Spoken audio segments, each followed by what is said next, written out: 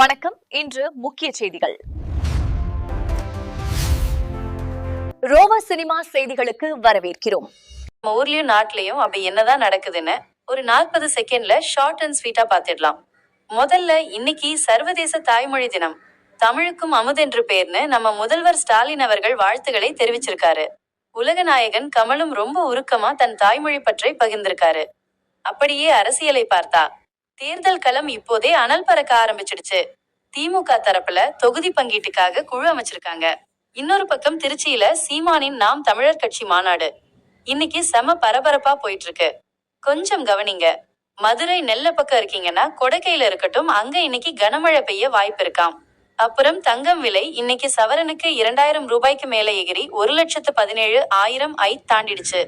உங்க பாக்கெட்டை பார்த்து நிதானமா பிளான் பண்ணுங்க. கடைசியா ஒரு அதிரடி சினிமா அப்டேட். நெல்சன் இயக்கத்துல நம்ம கமல் மைனஸ் ரஜினி இணையற படத்தோட ப்ரோமோ இன்னைக்கு சோசியல் மீடியாவையே அதிர வச்சிட்டு இருக்கு.